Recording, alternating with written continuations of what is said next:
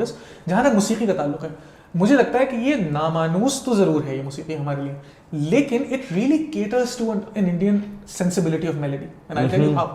पूरी तराने की जो मेलोडी है वो एक सेंसिटिविटी के गिर्द घूमती है, जो कि कोर है आपकी उर्दू शायरी का भी और आपकी हिंदुस्तानी शास्त्रीय संगीत की रिवायत का। ठीक है, वो है वावल्स का इस्तेमाल। ठीक है, आपने एक इस्तिलाह सुनी होगी आकार। बिल्कुल, हमारे यहाँ हमारी शास्त्रीय संगीत में, नॉर्थ इंडियन म्यूजिक में आकार की प्रैक्टिस करवाते हैं। क्या है कि आप अपने वावल्स को, अपने हुरूफ इल्लत को अच्छी तरह इनंसिएट कर सके, उसी पर सारी मेलोडी बेस करती है। तो जैसे जबान में वावल्स होते हैं, कॉन्सोनेंट्स होता है, कॉन्सोनेंट्स के जरिए आप मेलोडी नहीं बनाते, मेलोडी पैदा होती है, कैरेक्टर पैदा होता है वावल्स से, हुरूफ इल्लत से।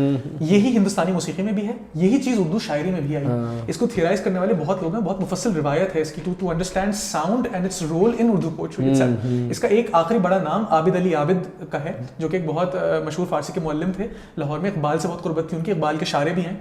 तो उनकी थियरी है कि जितनी ज्यादा कसरत होगी हुरूफ इल्लत की एक नज़्म में, वो उसका वादी सुर बनेगा, और जो दूसरा सबसे ज्यादा मोस्ट रिकरिंग वावल होगा उसका समवादी सुर बनेगा।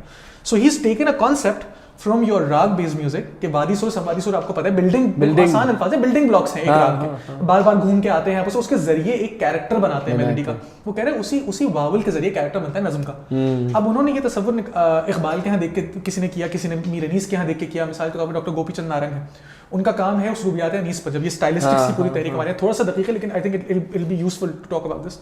उन्होंने मीर अनीस का पूरा कॉर्पस देखा और उन्होंने कहा कि इसमें से 68% जो स्टैंजाज हैं, लफ्ज़ बंद जो है 68%, उन सब में जो 4 पहले मिसरे होते हैं वो मिसरे खत्म होते हैं कॉन्सोनेंट पर, और जो बैत आती है बंद की, वो गजल की बैत है, उस वो वावल पेंड होती है। तो उन्होंने उसे तसव्वुर पेश किया कि एक पहले हमें एक तंगी का एहसास होता है, और जब वो बंद खत्म होता है अपनी बैत पर तो एक कुशादगी आ जाती है, इससे एक मेलोडी पैदा होती है। उनका तसव्वुर है कि इससे एक मेलोडी पैदा होती है। तो बहुत सोफिस्टिकेटेड लोगों ने हुरूफ इल्लत को देख के काम किया। तराने की सिर्फ शायरी को ले लें तो उसका सबसे कॉमन उसमें रिकरिंग जो वावल है, लॉन्ग वावल है, अलिफ, बार बार आता है। बल्कि मैंने ये बैठ के मैं दिखा दूंगा बाद में कभी कि एनालाइज किया है कि वो अलिफ और छोटी है, ये 2 मोस्ट रिकरिंग वावल्स हैं इसमें। तो बतौर सिर्फ एक शेरी नमूने के अगर मौसीकी को हटा दिया जाए, so it's extremely melodic because of this theory that I just presented to you.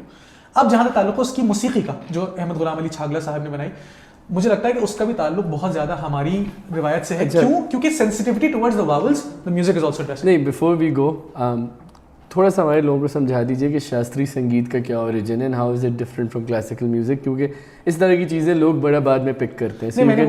मैंने वो I just use that term in jest. शास्त्रीय संगीत से मुराद स्क्रिप्चर का म्यूजिक, शास्त्र से जो निकला, जो कि 18वीं 19वीं सदी में आके इस्तिलाह आ गई कि क्लासिकल कुछ होता है, उससे पहले से नहीं। देखिए, क्योंकि अगर हम कोई डेंस गुफ्तगू कर रहे हैं ना यहाँ पे, हमारा at the same time responsibility है कि वो लोग जो इस चीज़ को नहीं समझ रहे उन तक इस चीज़ को पहुँचाए। जो राग बेस्ड म्यूजिक जो हम सुनते हैं, आप उसको क्लासिकल कह लें, आप उसको कुछ कह लें, बिल्कुल। चलें जी, हम कह रहे थे कि छागला साहब पे हम आ रहे थे। अब छागला साहब की चीज़ रोल इसलिए दिलचस्प है कि छागला साहब के मुतालिक there is very little in the public domain that we know about him.